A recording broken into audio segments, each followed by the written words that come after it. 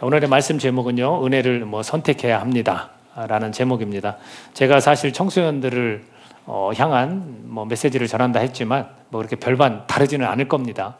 청소년들을 지도한 지가 너무나 오래됐고 또 청소년 예배와는 조금 다른 그런 부분이 있기 때문에 그렇게 크게 차이는 없을 것 같습니다. 다만 부탁드리고 싶은 거는 그래도 청소년들을 위한 메시지를 준비한 그 목사의 정성을 봐서라도 우리 청소년들은 집중해서 저를 잘 봐주시기를, 집중해서 또 말씀을 들어주기를 부탁드립니다. 올해의 서울시 교육청에서 소통, 배려, 성장 캠페인 공모전이라는 곳에서 학생들이 부모에게 듣고 싶은 말 10가지를 좀 선정을 했습니다. 그래서 그걸 말씀드리면 우선 1, 2, 3위만 좀 말씀드려보면 1위가 뭘 것 같아요? 학생들이 대답하면 더 좋겠죠. 부모님들에게 듣고 싶은 말, 가장 듣고 싶은 말, 물론 학생마다 좀 다를 수 있습니다. 뭘까요? 잘하고 있어. 에? 뭐라고요? 크게 얘기해 주세요. 여기, 에? 여기 용돈. 그건 순위에 들지 못했습니다. 아깝지만 정말 잘했어라는 말이에요. 잘했어.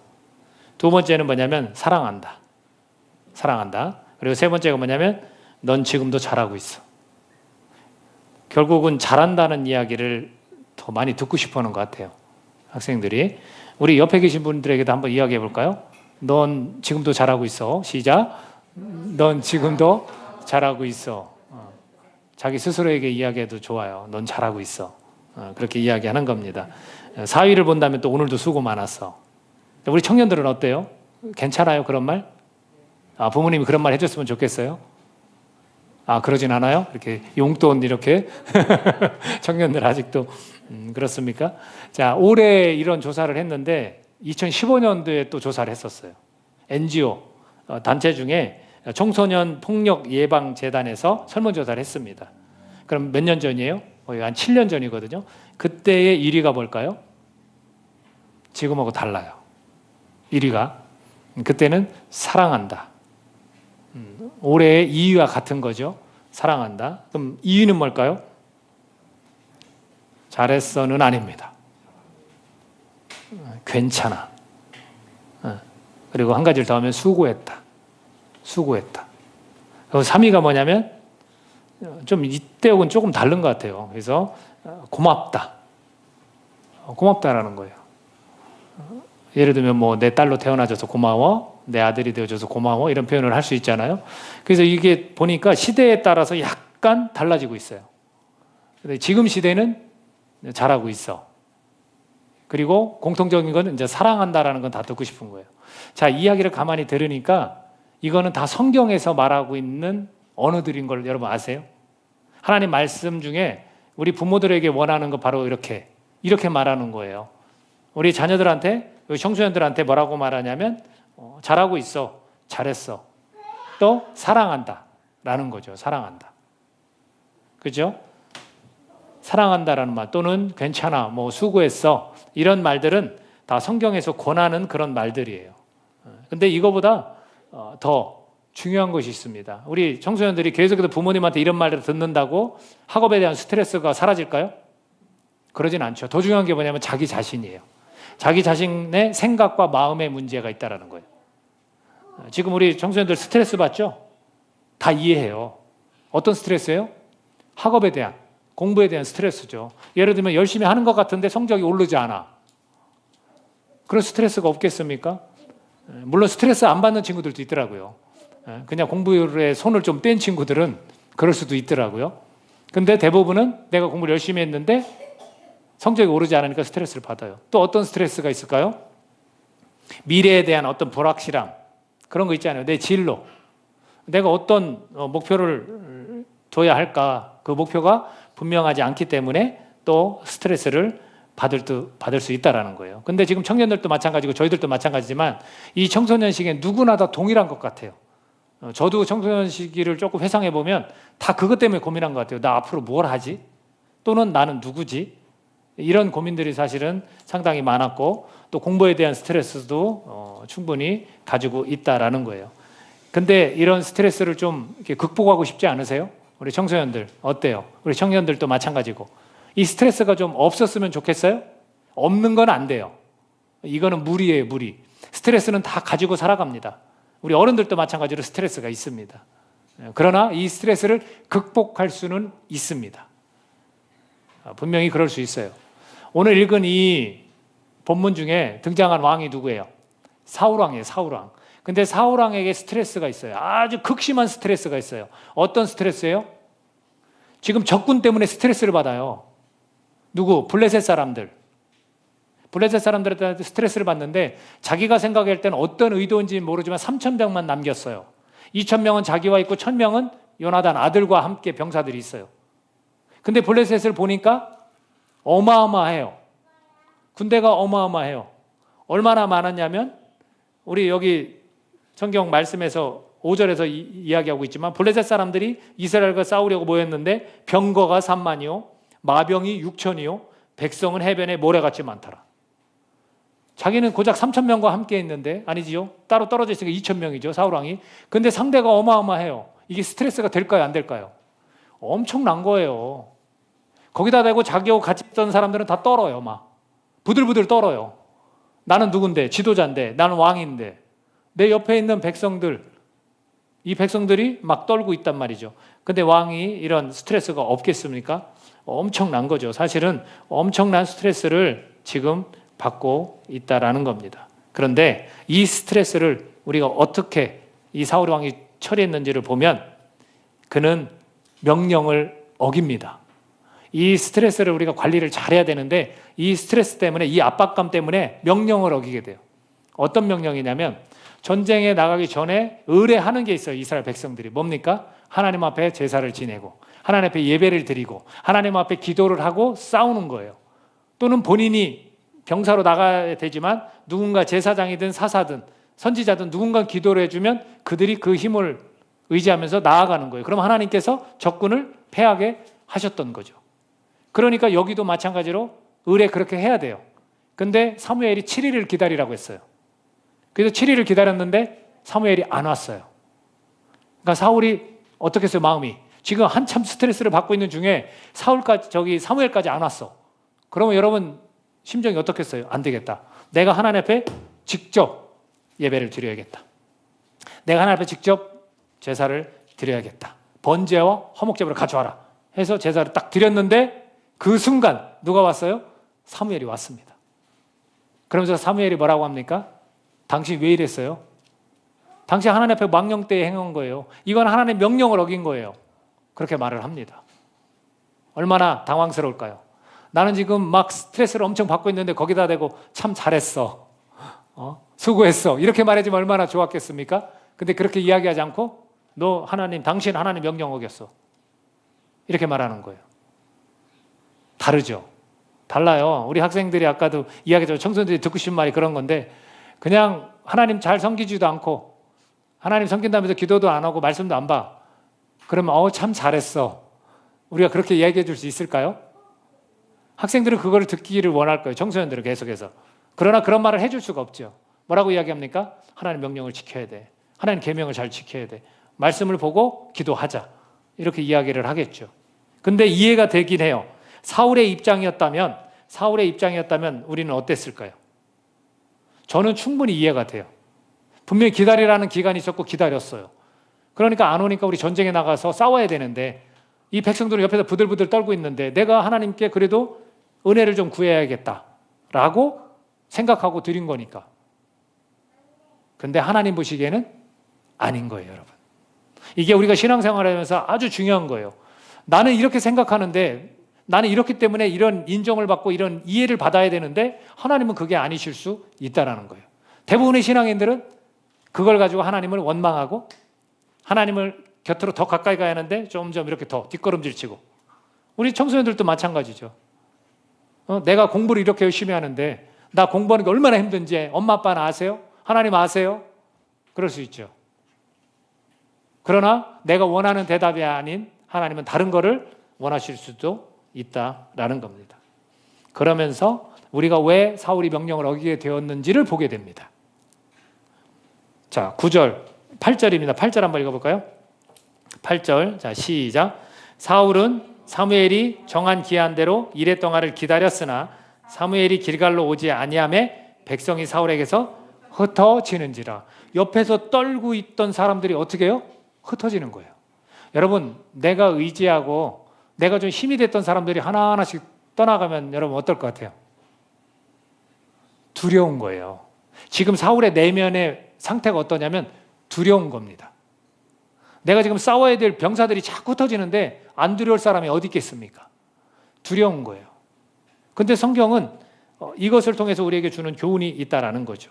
저는 이 사울 왕의 모습이 마치 우리의 모습일 수 있다라고 그렇게 받아들입니다. 사울의 모습이 제 모습 같아요. 사울은요, 약한 마음을 지녔어요. 그리고 자존감이 굉장히 낮아요. 이것을 보여주는 대목들이 분명히 있습니다. 여러분, 자존감이 낮은 거 우리 청소년들 잘 들어보세요. 스스로도 그럴 수 있어요. 아무도 건드리지 않았는데 혼자 스스로 나는 못해. 나 해보나만 할 거야. 자꾸 이렇게 생각하는 사람이 있고, 또 하나는 외부 환경 때문에 나는 하고 싶고 나는 결심하고 결단하고 진짜 도전하고 싶은데 주변에도 그렇게 안 놔두는 거예요. 예를 들면 부모님이 좀 다툼이 있다. 아니면 이혼 위기에 있다. 근데 걔가 열심히 해보겠다. 생활이 잘 되고 공부가 될까요? 외부 환경 때문에 자존감이 낮아지는 거예요. 이거는 남의 얘기가 아니라 제 얘기예요. 또 스스로도 그런 사람이 있다는 거예요. 또는 친구들이, 주변에 환경에 친구들이 많아요. 근데 그 사람이 친구들을 뿌리치고 공부할 수 있다? 쉽지 않은 거죠. 쉽지 않은 거죠. 내 주변에 정말 열심히 같이 노력하자라는 친구 한둘만 있으면 같이 할 거예요. 근데 너무나 많아, 내 주변에 친구들이. 그렇다면 어려울 수 있겠죠. 이런 것들 때문에 우리의 마음이 약한 사람도 있지만 또 자존감이 낮아질 수 있다는 거. 이거를 증명해 주는 부분들이 있습니다. 자, 잘 들어보십시오. 사울 왕이 어떤 집안이냐, 사울 왕이 어떤 집안이냐를 보여줄 것이고, 사울 왕이 사무엘이 당신을 이스라엘의 왕으로 삼을 겁니다라고 했더니 사울이 했던 말이 있어요. 어떤 말을 하냐면, 우리 지파는 가장 작은 지파입니다. 베냐민 지파. 사람의 수가 너무나 작습니다. 그리고 더불어서 뭐라고 얘기하냐면, 그 중에서도 사람이 작은 지파임에도 불구하고 그 중에서도 가장 미약한 집안입니다. 이렇게 얘기를 해요. 그러니까 자기는 왕감이 아니라는 거예요. 하나님은 사무엘을 통해서 그렇게 얘기하셨지만 사울은 싫다라는 거예요. 나는 자격이 안 된다는 거 스스로 그렇게 정합니다. 근데 성경에서 이것을 뭐라고 이야기하냐면, 이 집안에 관한 이야기를 9장 1, 2절에서 표현을 하고 있는데 제가 읽어드려 볼게요. 이렇게 말합니다. 베냐민 지파에 기스라 이름하는 유력한 사람이 있으니, 이건 누구냐면 사울의 아버지예요. 그 집안이 어떻다고요? 유력하다라는 거예요. 이거는 man of standing이라는 표현을 NIV에서 쓰더라고요. 그냥 서 있는 사람이에요. 그건 높은 지위에 있는 사람이에요. 그리고 또는 부유하다라고, 유력하다면 부유하라고도 표현하는데 괜찮은 집안이에요. 성경은 그렇게 묘사하고 있어요. 그리고 2절에 가서는 기스에게 아들이 있으니, 누구를 얘기하냐면 사울이죠. 그의 이름은 사울이요 준수한 소년이라. 이스라엘 자손 중에 그보다 더 준수한 자가 없고 키는 모든 백성보다 어깨 위만큼 더 컸더라. 자, 외모를 봅시다. 사울은 집안도 괜찮고, 그리고 그 사람의 외모가 어떻다는 거예요? 아주 준수하다, 잘생겼다라는 거예요. 멋지다는 거예요. 키도 이 어깨보다 크니까 얼마나 눈에 잘 띄우고 훤칠합니까? 근데 사울은 자기가 우리 집안은 약하다. 나는 자격이 없습니다. 이런 표현을 쓰고 있다는 거죠. 스스로를 자꾸 낮추고 있어요. 근데 그뿐만이 아닙니다. 사무엘이 사울을 만나서 당신은 왕이 되어야 할 거다라는 표현을 쓰죠. 그랬을 때 암나귀를 찾으러 다녔거든요. 사울이 그러고서 돌아오는데 숙부가 질문을 해요. 너 어떤 일이 있었느냐? 사무엘을 만났더니 라고 했더니, 그럼 사무엘이 선지자인 거 사사인 거 다 알거든요. 어떤 말을 하더냐 했더니 암나귀를 찾았다 말씀하셨습니다. 그리고서 성경에서 뭐라고 하냐면, 나라에 관한 일은 말하지 않았다. 숨겼어요. 자기가 그렇게 세워지고 왕이 된다는 게 부끄러웠는지, 그것을 겁이 났는지 말을 안 하게 됩니다. 그리고 나서 이제는 제비를 뽑아요. 사무엘이 와서 왕을 세우겠다. 너네들이 왕을 요구했으니까 왕을 세우겠다고 제비를 뽑는데 다 뽑았더니 지파, 베냐민 지파 걸리고 기스 걸리고, 누구를 최종적으로 찝냐면 사울이 찝혀요. 근데 사울이를 찾아봤더니 없어요. 사울이 어디에 있었습니까? 짐 보따리 속에 숨었어요. 이 정도면 사울은 마음이 굉장히 여리고 약한 사람이에요. 심령이 막 조마조마하고 막 되게 힘든 사람이에요, 사실은. 그냥 이런 것만 봐도 그래요. 한 가지 더 보여드릴까요? 10장 26, 27절을 제가 읽어드릴게요. 10장 26, 27절 보면 이렇게 나옵니다. 사울도 기브와 자기 집으로 갈 때에 마음이 하나님께 감동된 유력한 자들, 여기서 유력하다는 건 용감한 사람들이에요. 유력한 자들과 함께 갔느니라. 어떤 불량배는 이르되 이 사람이 어떻게 우리를 구원하겠느냐고 멸시하며 예물을 바치지 아니하였으나 그는 잠잠하였더라. 지금 왕으로 세웠거든요. 왕으로 세웠는데 그 주위에 누구냐면 하나님의 감동된 용감한 사람들이 같이 있어요.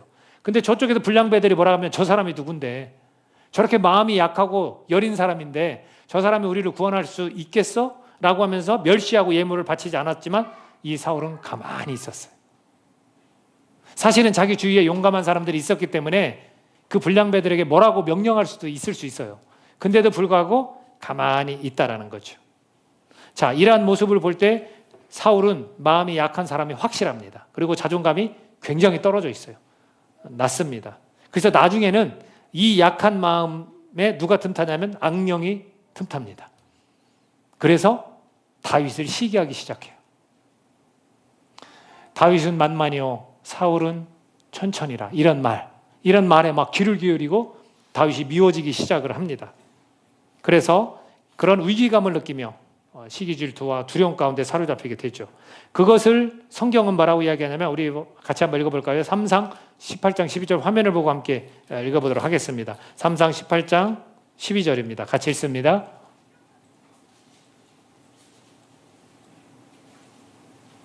자, 우리 PPT를 우리 청소년이 하고 있는데, 자, 같이 읽습니다. 시작.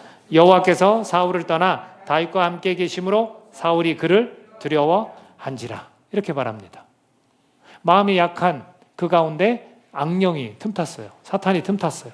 그때 시기 질투가 생기고 두려움이 생겼는데, 두려움은 어떤 때 생깁니까? 여호와께서 사울을 떠나 다윗과 함께 계심으로 사울이 그를 두려워한지라.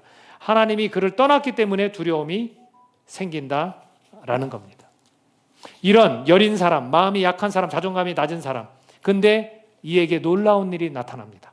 이 사울에게 놀라운 일이 나타나요. 자, 그 부분을 좀 찾아서 같이 읽기를 원합니다. 10장 9절 10절 한번 볼까요? 10장 9절 10절 화면 보시고 같이 읽으면 됩니다. 자, 10장 9절 10절 시작. 그가 사무엘에게서 떠나려고 몸을 돌이킬 때에 하나님이 새 마음을 주셨고 그날 그 징조도 다 응하니라. 그들이 산에 이를 때에 선지자의 무리가 그를 영접하고 하나님의 영이 사울에게 크게 임함으로 그가 그들 중에서 예언을 하니. 보십시오. 그런 여린 마음, 약한 마음, 약한 심령이지만 들쭉날쭉한 그런 마음이지만 새 마음을 딱 주셨다는 거예요. 그리고 그가 예언을 하게 됐다라는 거예요. 하나님의 영이 함께 하시니까 예언을 했다라는 거예요. 자, 또 한 군데입니다. 사울이 어떤 일을 했는지를 보여주는 또 한 군데의 말씀인데 11장 6절 한번 읽어볼까요? 11장 6절. 자, 시작. 사울이 이 말을 들을 때에 하나님의 영에게 크게 감동되매 그의 노가 크게 일어나. 자, 이게 무슨 얘기냐면 암몬 사람이라는 주변에 암몬 사람이라는 데가 야베스라는 길앗 야베스라는 사람들을 쳐들어와요. 근데 이 길앗 야베스 사람들이 우리랑 언약을 맺자 그랬더니 아니다. 너의 눈을 다 빼고 그때서 언약을 맺자 이렇게 이야기를 합니다. 그랬더니 길앗 야베스 장로들이 이 사람들을 보내서 이스라엘 지파들에게 보내서 이 소식을 전합니다. 그 소식을 전하는데 이들이 눈물을 흘리면서 막 울부짖어요. 그러니까 사울이 마침 그 이야기를 들어요. 그래서 그랬을 때 하나님의 영이 딱 임했어요. 그랬더니 사울이 어떻게 하냐면 자기가 몰던 이 한 결이 이 결이라는 거는 두 소를 쟁기를 가지고 밭을 가는 그 소거든요. 그 소를 그 자리에서 잡아버립니다. 죽여요. 그리고 각을 떠요. 그리고 그걸 다 이스라엘들에게 보내요.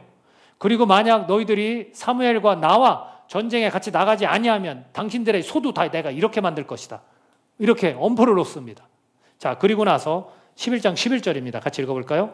11장 11절. 자, 시작. 이튿날 사울이 백성을 3대로 나누고 새벽에 적진 한가운데로 들어가서 날이 더울 때까지 암몬 사람들을 치매 남은 자가 다 흩어져서 둘도 함께한 자가 없었더라. 아멘. 보세요. 사울이 이와 같은 일을 한다고요. 불량배들이 자기 주변에 용감한 사람들이 있었음에도 불구하고 불량배들이 뭐라고 할 땐 잠잠히 가만히 있다가 하나님의 딱 영이 임하니까 움직이기 시작하는 거예요. 그 약한 마음이 담대함으로 바뀌는 거예요.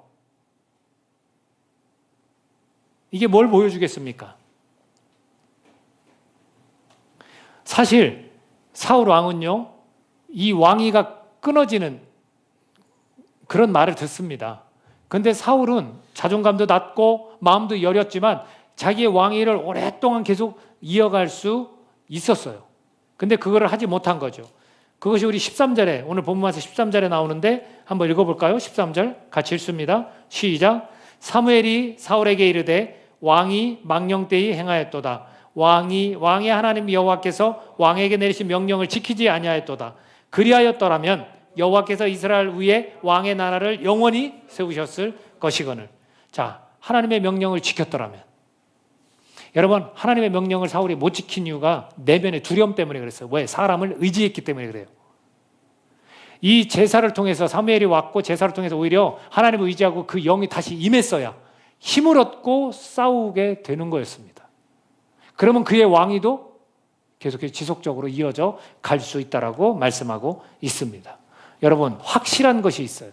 여기까지 이 말씀을 들으니까 오늘 우리에게 확실한 것이 있습니다. 여러분, 약할수록 하나님을 의지할 때 힘을 얻습니다. 믿으세요? 내 자존감이 낮고 내가 공부하는데 너무 스트레스고 힘듭니까? 그럴 때 우리는 하나님을 더 의지할 수 있다라는 거예요.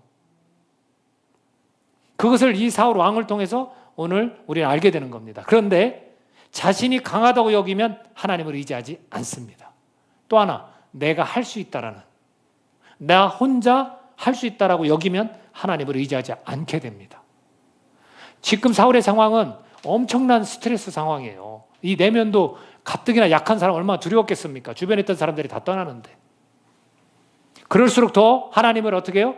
의지했어야 되는데 하나님의 명령을 어기게 돼버리는 거예요. 이 두려움 때문에. 내가 해결해야겠다.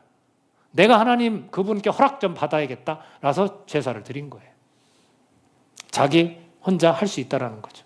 하나님이 정해진 이 명령대로 해야만 되는 겁니다. 그래야 우리 이 약한 심령들에게 힘을 얻게 되는 겁니다. 근데 너무나도 안타까운 게 있어요, 여러분.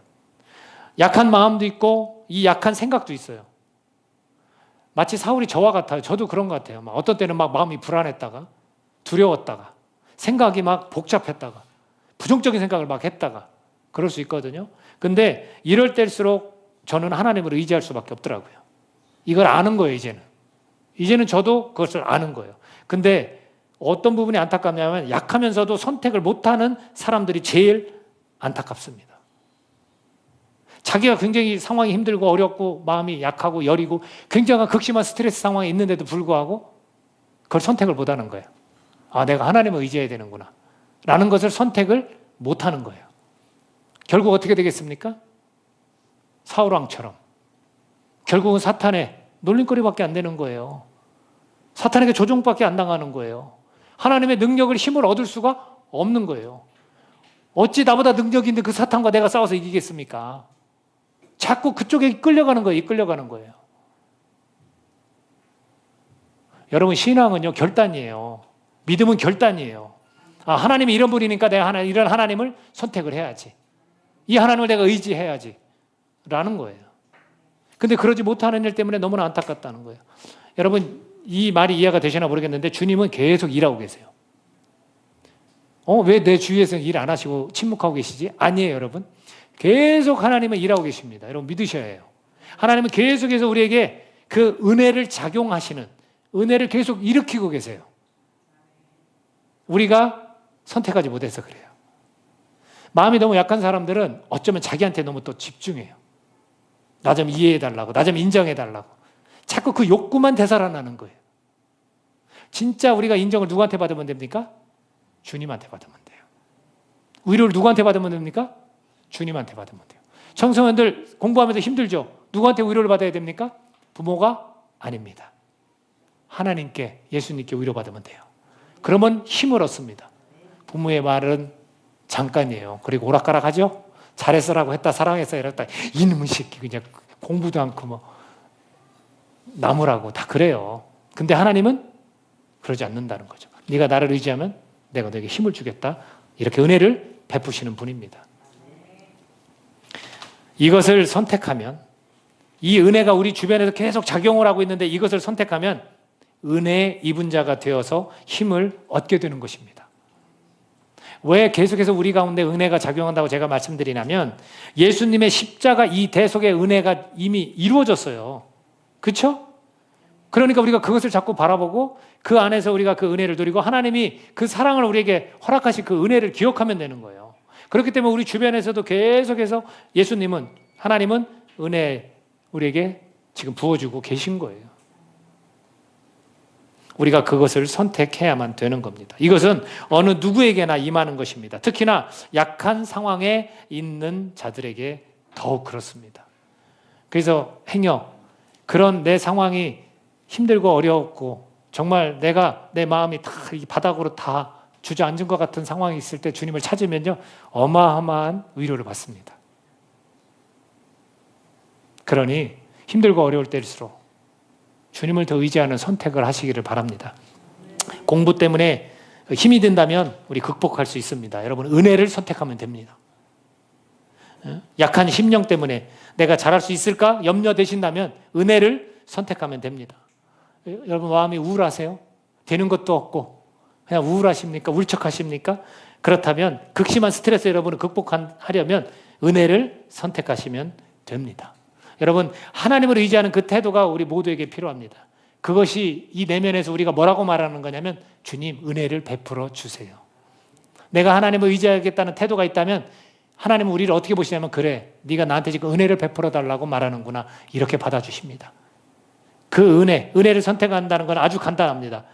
자, 우리 학생들 이 세 가지를 꼭 하십시오. 말씀을 보세요. 말씀을 그냥 읽고 기억 안 나도 좋습니다. 말씀은 생명이고 능력입니다. 말씀을 계속 읽으세요. 또 여러분 기도하세요. 예수님의 이름으로라는 그 기도가 있습니다. 예수님의 이름으로 그냥 기도하면 돼요. 내가 너무 힘들어요 하나님. 내가 왜 공부 더 하고 싶은데 잘 안 돼요 하나님. 예수님의 이름으로 기도합니다. 이러면 되는 거예요. 또 하나 찬양하세요. 찬양하시면 돼요. 찬양은 정말 우리에게 위로가 되기도 하고요. 찬양은 하나님께 기뻐 받으시는 겁니다. 왜? 그분을 높이기 때문에. 이 세 가지 아주 간단하죠. 이것을 우리 신앙인들에게 기본이라는 거예요. 우리 크리스천들의 기본이에요. 기본. 하나님 앞에 말씀 읽고 기도하고 찬양하는 거예요.